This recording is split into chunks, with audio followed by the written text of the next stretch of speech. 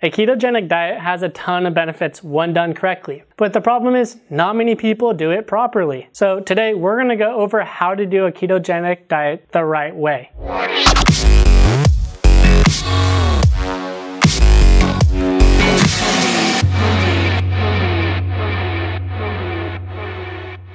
If you saw my last video, you know we dove deep into what a ketogenic diet is or some of the benefits that you'll see when doing a ketogenic diet. So I'm gonna apologize now because we're gonna go over some of the basic information again. A ketogenic diet is high in fats, moderate protein, low carbs, and low sugar. If you have too much of any one of these categories, you're gonna cause a rise in insulin, which is gonna stop or delay the production of ketones. Now, I know that moderate protein, low carbs, low sugar is all relative and that you need some more specific measurements. But before we dive into that, we have to gauge how active you are. This is a little bit tricky because most people actually think they're more active than they are. So when trying to gauge how active you are, try and be as objective as possible or play it on the safe side and assume you're a little bit less active than you think you are. If you were to overestimate how active you are, your entire ketogenic diet could be thrown out.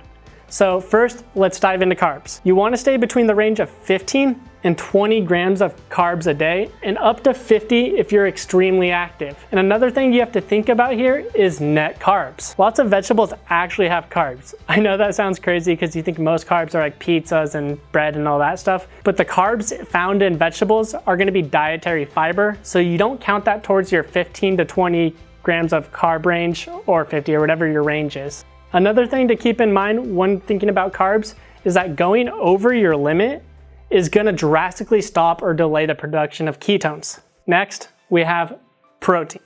For protein, you want to stay between 0.7 grams of protein to 1 gram of protein per pound of lean muscle mass. So for example, let's say you're 200 pounds and you're 20% body fat. That means your lean muscle mass is going to be 160. That puts your protein range from 112 to 160. So the thing is with protein, let's say you overeat one day and you eat 200 grams of protein. Obviously that's not good and we want to avoid that, but it's not as drastic as if you're overeating in carbs. With protein, you can average out your weekly meals. So let's say you have 200 grams of protein that one day when your max is 160 in the range. So the next day you have 120. Well, the average of 200 and 120 is going to be 160, which is going to put you at the top of your range, which is still okay. Obviously going lower would be better, but you can do that throughout your week. Now we have to worry about sugar. Sugar is a little bit trickier than the other two because there's no way to really accurately gauge how much sugar you can and can't have like there is with carbs and protein. But what we want to avoid is having so much sugar that our insulin spikes and raises, because a raise in insulin is gonna stop the production or at least delay the production of ketones. If you're new to nutrition or macronutrients, I know this might be pretty confusing. I'm spitting out a lot of numbers and you're thinking, okay, well I know how much grams of protein I can have, but how do I know how many grams of protein's in my meal? So what you could do is go to a reputable site on like Google and look for a macronutrient counter. There's tons of apps for it. And basically input what you're eating for dinner. So if you're having like a pound of chicken, put you're having a pound of chicken, which is probably gonna come out to like 85 or 90 grams of protein, and just start weighing all your meals out like that or doing the math. Now that we've covered the basic guidelines, let's take a look into the transition period. I would recommend doing this one of two ways. You can do it the slow way or the fast way. For the fast way, you're gonna be doing the transition period in 21 days and the slow way will be 42. So if you decide to go the slower route and do it in 42 days, that's totally fine. What you're actually gonna be doing is in the first 21 days, you're gonna be transitioning to paleo, and then in the next 21 days, you're gonna be doing the keto transformation. If you do the 21-day transformation, you're going straight to keto. So it might be a little bit tougher. During the transition period, some people get what's called the Lowcarb Flu.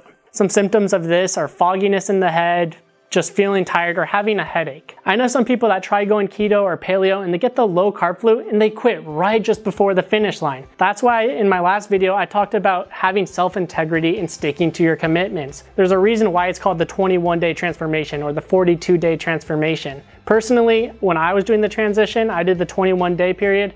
And I'm not gonna lie, the first 2 weeks I had the low carb flu. I did not feel good at all, but I knew that there's a reason why the next 7 days were included in the transition period, and I stuck with it. You just have to know that sometimes when you do this transition period, you're gonna get that low carb flu and that it's going to pass. Something else you could do is look online for other people's stories. You can look, what I did personally when times were getting tough, I would go online and read other people's stories of them talking about their transition period and how they overcame the low carb flu. So just know it's going to pass with time. And the last bit of advice I'll give you is get sleep.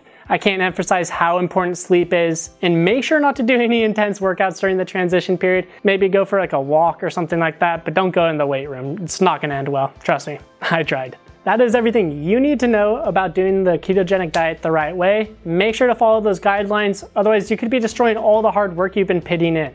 I created a list of tips that you can download that will help you battle this low carb flu so you don't have to endure what I did. You can download that below, so make sure to get it and I'll email you all those tips. And if you like this video, hit that subscribe button and leave a like. Thank you.